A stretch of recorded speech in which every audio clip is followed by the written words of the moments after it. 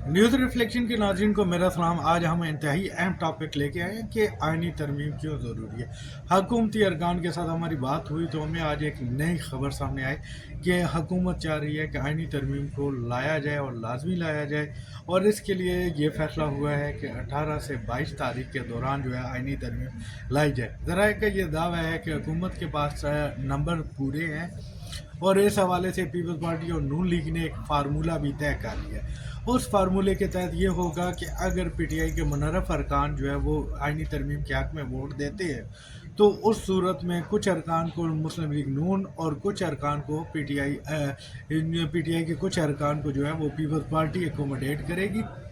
क्योंकि अब हुकूमत का फोकस यही है कि जो अरकान अपने 5 साल से ज़ायद का जो टेन्योर है वो सेनेट में पूरा कर चुके हैं, उनको जो है वो टारगेट किया जाए। क्योंकि सेनेट के इलेक्शंस जो हैं वो मार्च 2025 में होने हैं, जिसमें दोबारा सेनेट के इलेक्शंस होंगे। तो उस हवाले से उन लोगों को ये लालच भी दिया जा रहा है कि बेनिफिट्स के अलावा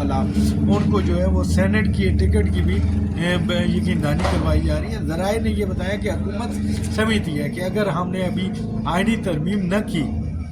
तो फिर हमारी हुकूमत ख़त्म हो जाएगी, क्योंकि जस्टिस मंसूर अली शाह के आने के बाद पीटीआई की जानिब से इलेक्शन को कलअदम करार देने की दरख्वास्त दी जाएगी। और इमरान खान इस हवाले से 12 जो है इस बात का इजहार भी कर चुके हैं कि अगर जस्टिस मंसूर अली शाह आते हैं चीफ जस्टिस, तो हम इलेक्शंस के ख़िलाफ़ जो है फॉर्म 47 के ख़िलाफ़ सुप्रीम कोर्ट से रुजू करेंगे। तो हुकूमत को खदशा ये है कि अगर पीटीआई की वहाँ पे आ जाती है, रेफरेंस आ जाता है, ये दरख्वास्त आ जाती है, तो जस्टिस मंसूर अली शाह भी अपने कई फैसलों में कई दलाइल के दौरान जो है वो ये बात कर चुके हैं कि हुकूमत जो गुज़िश्ता इलेक्शंस थे 2024 के इलेक्शंस जो हैं वो दुरुस्त नहीं थे। तो उन्होंने 12 ये बात की और उन्होंने फॉर्म 47 का भी तज़किरा किया, जिसकी वजह से हुकूमत को ये खदशा है कि अगर जैसे मंसूर अली शाह वो चीफ जस्टिस बन जाते हैं तो मौजूदा हुकूमत ख़त्म हो जाएगी। और आइनी तरमीम के हवाले से जो हमें ज़राए ने बताया, उनका यही कहना था कि सेनेट में हमें 5 और कौमी असम्बली में 7 अरकान की हमायत ज़रूरी है, जो कि हमने हासिल कर लिया और लोगों के साथ राब्ते में भी है। और उनका यही कहना था कि फार्मूला यही तय हुआ है कि कुछ अरकान को हुकूमत जो है वो पीपल्स पार्टी और कुछ अरकान को मुस्लिम लीग नून जो है वो एकोमोडेट करेगी। पीटीआई के कुछ अरकान ऐसे भी हैं, सेनेटर्स ऐसे भी हैं जिनका टेन्योर ख़त्म होने वाला है, और उन्होंने कुछ अर्सा कबल, अगर माजी की बात करें तो बिलावल भुट्टो जरदारी से लाहौर में मुलाकात भी की थी, जिसकी वजह से पाकिस्तान तहरीक इंसाफ भी इस खदशे में जो है वो मुब्तला है और उनकी जानिब से कई बार नोटिस इशू किए गए हैं। आज भी एक ताज़ा तरीन नोटिस जारी किया गया जिसमें अरकान कौमी असम्बली और सेनेटर्स को कहा गया है कि वो किसी भी एहतजाज में शरीक ना हो ताकि किसी को गिरफ्तारी ना हो सके। लेकिन इशू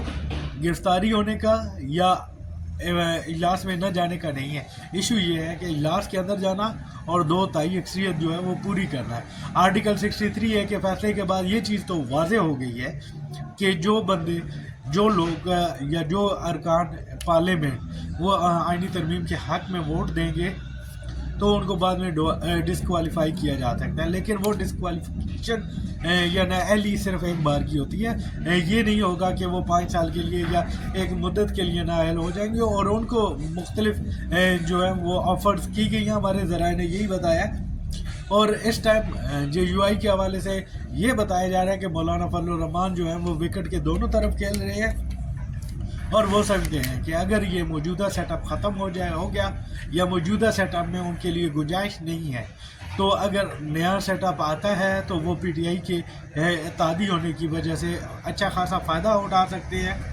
पीटीआई के साथ बारगेन करके अपनी सीटें बढ़ा सकते हैं सेनेट में भी और कौमी असम्बली में। यहाँ पे ये बात भी इंतहाई अहम है कि गुज़िश्ता जो सेनेट के इलेक्शंस हुए थे, उस इलेक्शंस में 3 सूबों में तो इलेक्शन हो गए, बलूचिस्तान में भी इलेक्शन हुए,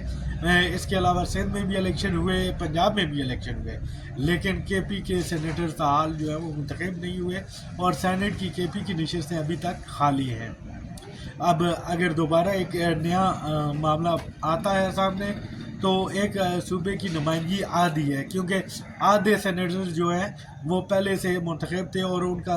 3 سال کا ٹینور مکمل ہو چکا تھا اور وہ آگے 6 سال کا ٹینور مکمل کرنے کے لیے سینٹ میں موجود ہے، جبکہ نئے سینیٹرز جو ہیں وہ کے پی کی نشستوں کے معاملے پر عدالت میں کیس چل رہا ہے، جس کی وجہ سے وہ منتخب نہیں ہوئے۔ اسٹیبلشمنٹ بھی یہی سمجھتی ہے کہ اگر حکومت جو ہے ذرائع کے مطابق اگر جسٹس منصور علی شاہ بنتے ہیں تو جو موجودہ حکومت ہے اس کی اس سیٹ اپ میں گنجائش نہیں رہے گی اور اس سیٹ اپ کو آگے لے کے چلانا مشکل ہو جائے گا۔ ذرائع کا یہ دعویٰ ہے کہ حکومت کے درمیان اور اسٹیبلشمنٹ میں یہ فیصلہ ہو چکا ہے کہ قاضی فائز عیسیٰ کو جو ہے وہ آئینی عدالت کا چیف جسٹس لگانا ہے، اور اس کے لیے جو ہے یہ بھی طے ہوا ہے کہ 18 سے 22 اکتوبر کے دوران قومی اسمبلی اور سینٹ کے اجلاس بلائے جائیں گے اور وہاں پہ آئینی ترمیم لازمی پیش کی جائے گی۔ ایسا نہیں ہوگا کہ جیسے ماضی میں ہوا کہ قومی اسمبلی اور سینٹ کے اجلاس تو بلائے گئے لیکن آئینی ترمیم جو ہے وہ پیش نہیں ہو سکی، اور یہ سوچ جو ہے وہ اب مکمل ہو چکی ہے کہ آئینی ترمیم جو ہے وہ انتہائی ضروری ہے، اسے پیش کیا جائے اور اسے منظور کروایا جائے۔ اور مولانا فضل الرحمان چونکہ ابھی تک راضی نہیں ہوئے تو اس لیے حکومت کی پوری کوشش ہے کہ مولانا فضل الرحمان کو کسی نہ کسی طرح جو ہے وہ راضی کیا جائے کہ وہ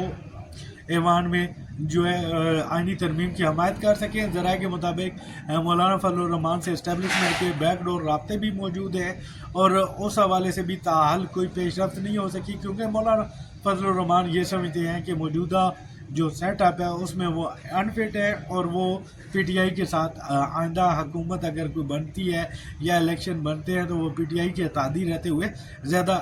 فائدہ کمائیں گے۔ ساتھ ساتھ یہ بھی بتاتا چلوں کہ پاکستان تحریک انصاف نے گزشتہ دنوں جو احتجاج کیا، احتجاج کے بعد وزیر اعلیٰ خیبر پختونخوا علی امین گنڈا پور اسلام آباد آنے کے بعد وہ کے پی ہاؤس سے غائب ہو گئے، لیکن ابھی تک یہ وضاحت سامنے نہیں آ سکی کہ وہ غائب کیوں ہوئے یا پاکستان تحریک انصاف کی جو قیادت ہے وہ کیوں سامنے نہیں آئی۔ اراکین پارلیمنٹ کو تو منع کیا گیا تھا، لیکن صوبائی صدور اور دیگر جو ہے اسی طرح علی امین گنڈا پور کے حوالے سے بھی پاکستان تحریک انصاف کے اندر 2 قسم کی رائے پائی جا رہی ہے۔ ایک رائے جو ہے وہ ان کے خلاف ہے اور دوسری رائے جو ہے وہ ان کے حق میں ہے۔ بعض ارکان کا یہ کہنا ہے کہ وقت ثابت کرے گا کہ علی امین گنڈا پور ٹھیک ہے، لیکن بعض ارکان کی بھی یہ بھی رائے ہے کہ علی امین گنڈا پور جو ہے وہ وکٹ کے دونوں طرف کھیل رہے ہیں اور اس ٹائم جو پی ٹی آئی کی قیادت ہے اس کو سنجیدہ فیصلہ لینا پڑے گا، کیونکہ دوسری بار ایسا ہوا ہے کہ علی امین گنڈا پور احتجاج کے نام پر کے پی سے آ کے آگے جو ہے اتنا زیادہ شیلنگ سارا کچھ ہوا لیکن وہ راستے سے واپس چلے گئے۔ ابھی دوسری بار یہ ہوا کہ وہ چائنا چوک پہنچے لیکن ڈی چوک کی طرف مارچ کرنے کی بجائے وہ کے پی ہاؤس میں گئے اور وہاں سے غائب ہو گئے۔ ان کی اپنی وجوہات ہوں گی، لیکن ذرائع کے مطابق عمران خان کا جو ٹرائل چل رہا تھا اس پہ بھی پابندی عائد ہو چکی ہے کہ وہ 18 اکتوبر سے پہلے جو ہے ان کے ساتھ کوئی بھی میڈیا ٹاک جو ہے وہ میڈیا پہ نہیں چلائی جائے گی، نہ ہی کوئی میڈیا ٹاک کی جائے گی۔ حالانکہ اس سے پہلے اسلام آباد ہائی کورٹ کا ایک فیصلہ بھی آ چکا تھا جس میں عمران خان کی میڈیا ٹاک پہ پابندی عائد کر دی گئی تھی، لیکن اس کے باوجود عمران خان کی میڈیا ٹاک جو ہے وہ باہر آ چکی تھی۔ لیکن ابھی پی ٹی آئی کا آئندہ لائے عمل کیا ہوگا، پی ٹی آئی دوبارہ احتجاج کی طرف جائے گی یا کیا، یہ چیزیں ابھی تک واضح نہیں ہیں، کیونکہ جو گزشتہ احتجاج ہوا ہے وہ بھی ابھی تک قیادت کے حوالے سے جو کردار تھا وہ متنازع ہے۔ ابھی ہمارے پاس اگر کوئی مزید اپڈیٹ آئی تو وہ بھی آپ تک پہنچاتے رہیں گے۔ اگر آپ کو ہمارا ویلاگ پسند آیا ہے تو کائنڈلی نیوز ریفلیکشن جو ہے اس کو آپ سبسکرائب کریں اور بیل کے آئیکن کو جو ہے کلک کریں تاکہ ہماری اپڈیٹ آپ کو ملتی رہے۔ بہت بہت شکریہ۔